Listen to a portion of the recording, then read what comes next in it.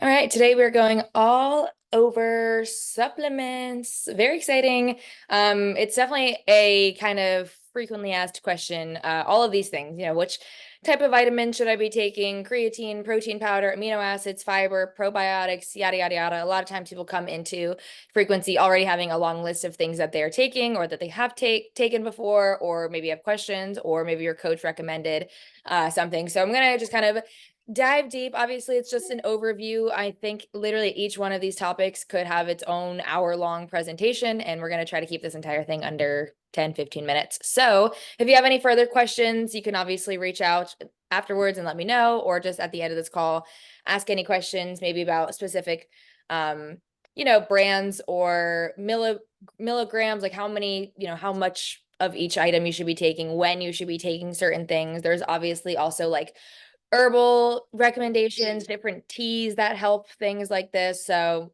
all that to be said, there's a lot to go over, but I'm going to keep it pretty simple for today.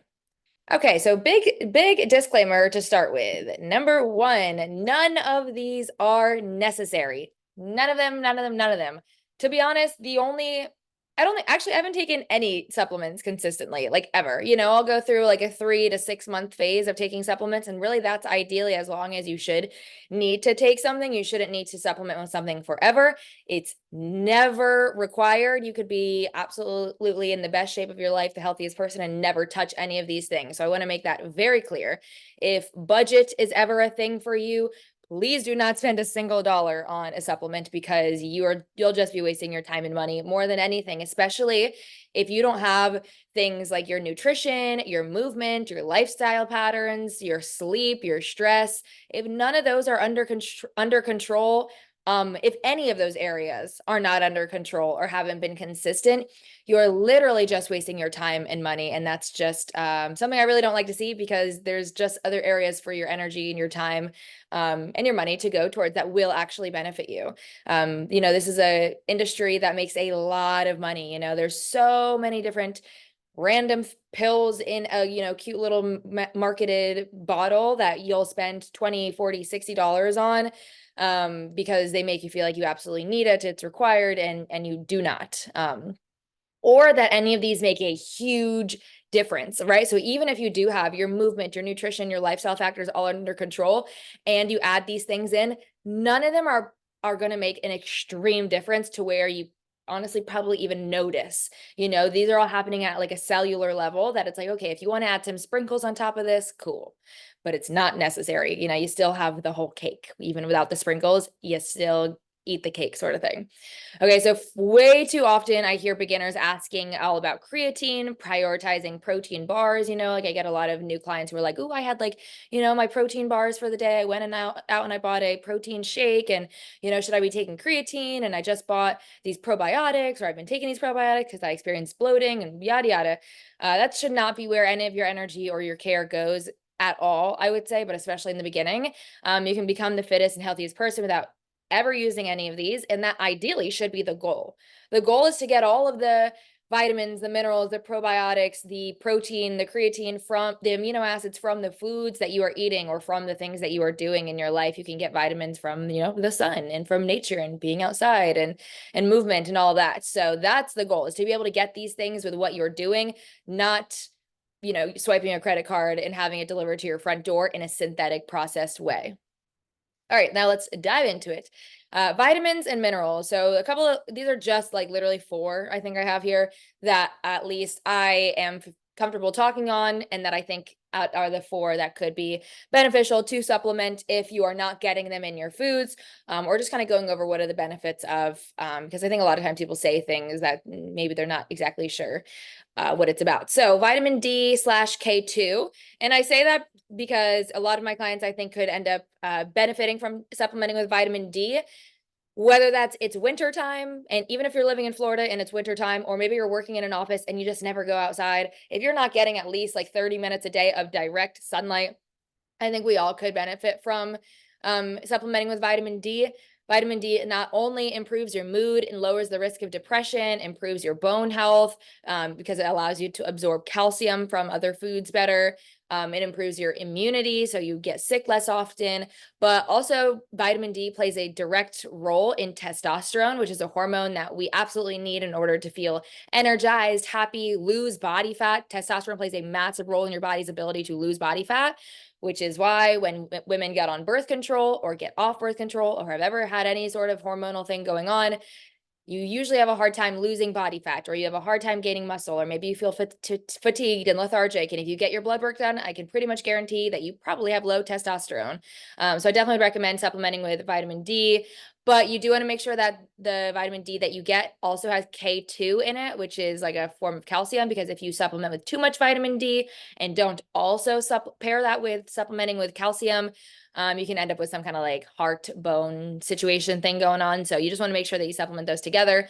Most vitamin D3 bottles, I guess, pills do already have K2 in it. So just read the back, make sure it has those two in it. And you probably will feel and notice an immediate difference with that. Honestly, when I was living in Austin, Texas, there was like 3 months there where we literally didn't see the sun. It was super cold, very freezing. And I was sad. I was depressed, vibes were down. I started taking vitamin D3, K2, and I literally instantly felt better, happier, more joyful, energized, all that. B complex is also one that I recommend quite often, just because there is kind of a lack of B vitamins in foods that we eat nowadays. And so B complex is all 8 of the B vitamins put together, which will overall improve mood, energy levels, convert food into energy. So therefore kind of helping like the metabolism process, improves digestion, improves hormones, reduces stress. Omega-3 and fish oil. I personally don't take this because I eat a lot of fish. I eat at least 1 serving of salmon every single day. And if that's you, then I don't think it's necessary to incorporate that. But if you're somebody who doesn't like fish and you're not eating fatty fish very often, like specifically salmon, or just any fatty foods, really, there's plenty of other foods with omega-3s, but I just always refer to salmon. Then I would recommend supplementing with this. It'll improve your heart health. It's anti-inflammatory. So if you experience, inflammation or bloating or things like that, definitely recommend either adding salmon into your diet or supplementing with omega-3/fish oils. This also will lower your risk of depression and anxiety, protect against Alzheimer's, improve liver health, as well as kind of regulate PMS symptoms or menstrual pain, cramps, all that. Magnesium. This is definitely what I recommend everybody to take. Honestly, if I were to tell you to buy one thing, it would be magnesium. You could take it every single day for the rest of your life. You're never going to become like dependent on it, so you don't need to worry about that. There's 7 different branches of magnesium. I'm just kind of touching on the benefits if you were to take all of them. So a good brand would be Bioptimizers, BIOP, Bioptimizers. Okay, Bioptimizers, either their website or they're on Amazon. There's only a couple brands like that one, and there's another one that have all 7 branches of magnesium. It will be a little bit pricier because it's rare to come by, but it's worth it, I'd say. But if you are, like I said, on a budget, I at least would definitely recommend getting magnesium glycinate, especially if you're somebody that experiences maybe higher stress, a little bit of anxiety, or if you're lifting and you just have like muscle pains or muscle cramping, or you get sore. And everybody is lifting here, so I think you'd benefit from the benefits of magnesium, especially magnesium glycinate. It will lower stress. It'll improve your sleep quality if you take it before sleep, therefore improving your energy levels the next day.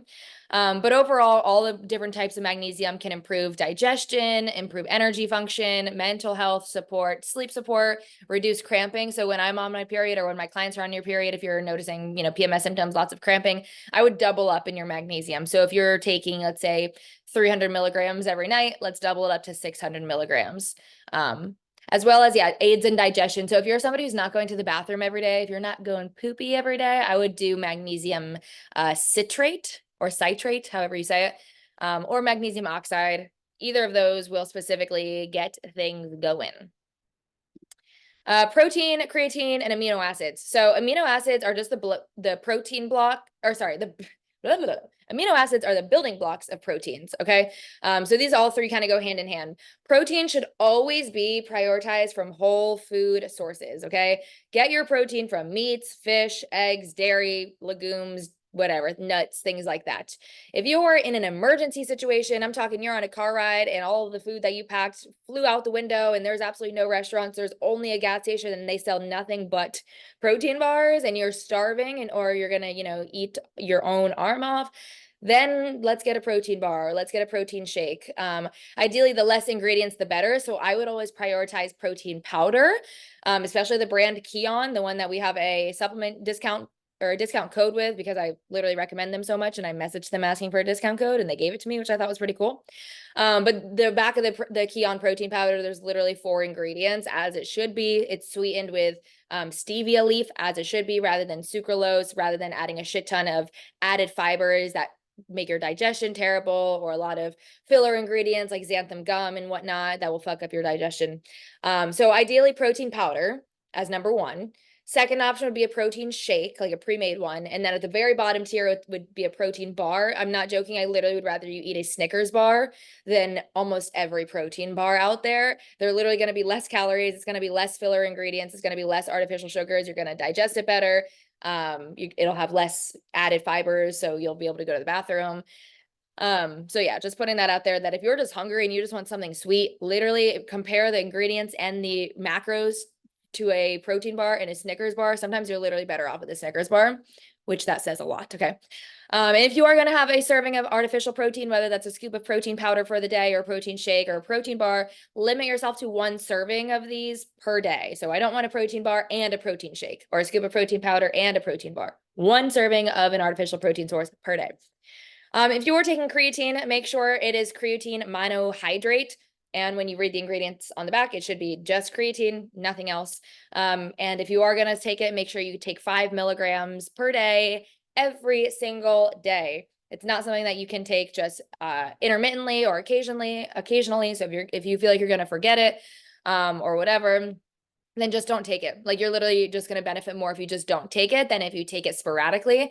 Taking it sporadically can make you feel bloated, holding on to water weight, because that's kind of what creatine does, is it pulls water into the cell, and we want to pull it into the muscle. Okay. So that's going to produce more energy in the muscle, adding some more amino acids into your muscles, playing a role in energy production, especially during high intensity, short duration activities, basically weightlifting, something that's using all of your force in a short amount of time. It's basically your workout, right? Your 30 to 60-minute long workout, specifically utilizing strength, not cardio. That's where creatine is really going to benefit you. You're going to feel more energy. You're going to feel stronger. Maybe you'll get an extra rep or 2. And then therefore, you'll see progress faster.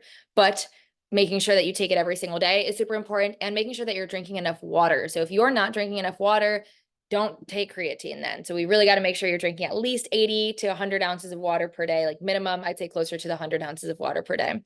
Overall, though, creatine is the most researched supplement, so it's very safe. It's very effective. But yeah, I think too much attention goes on it. To give you an example, I've never taken creatine. I took it once. I thought it was disgusting, so I never took it again. But if your coach is recommending taking it, then take it. But just make sure you're consistent and drink lots of water. And then amino acids, this is something that I recently started taking, and you don't need to take this consistently or every single day by any means. I like the one from the brand Kion. They have like fruity different flavors, and I drink it during my workout. It provides, again, energy at a cellular level. So it's not energy coming from pre-workout or caffeine where you feel itchy and you can't go to sleep afterwards. So you can, take it at night. You also can drink it whenever. You don't have to drink it during a workout. But I noticed that, like, if I'm doing a, cardio session or lifting, like, I have a better workout, if I'm drinking amino acids during it. But you can drink them whenever during the day.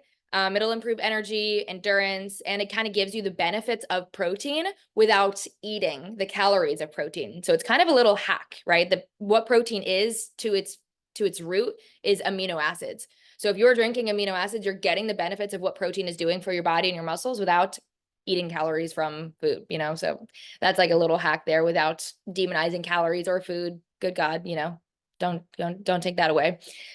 And then fiber and probiotics. So we're kind of getting into digestive health now. So we do get fiber from foods. Okay. We get enough fiber from foods, like fruits. Basically all fruits and all veggies have a good source of fiber. Like a banana has 3 grams of fiber. I think an apple has like 3 to 5 grams of fiber.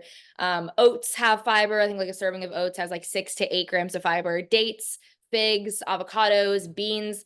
So if you have a couple of these servings throughout the day, there should be no need to supplement fiber. You do not need to add like a Fiber One bar or a scoop of fiber, or I don't know, fiber pills or gummies or whatever. You do not need to do that. You should absolutely be getting enough fiber from the foods that you are eating, aiming for 25 to 30 grams of fiber per day, give or take.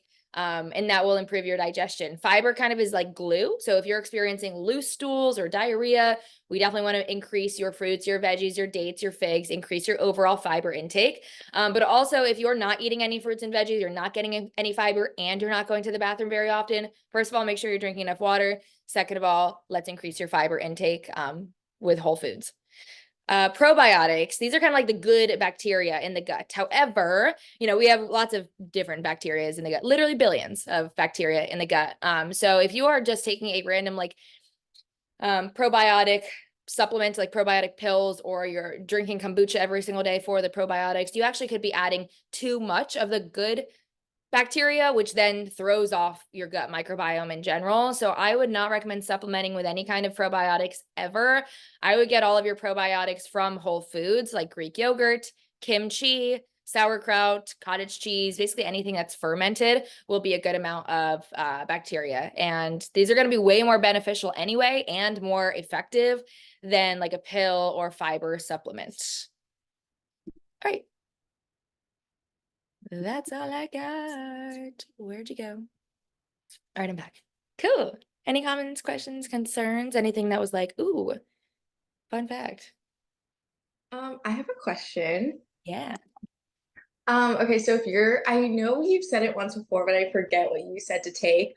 But if you're on antibiotics, like, do you recommend taking something because I know right now it's like just killing any good or bad bacteria. Yeah. So if you are taking antibiotics, I would definitely recommend increasing your probiotic intake. So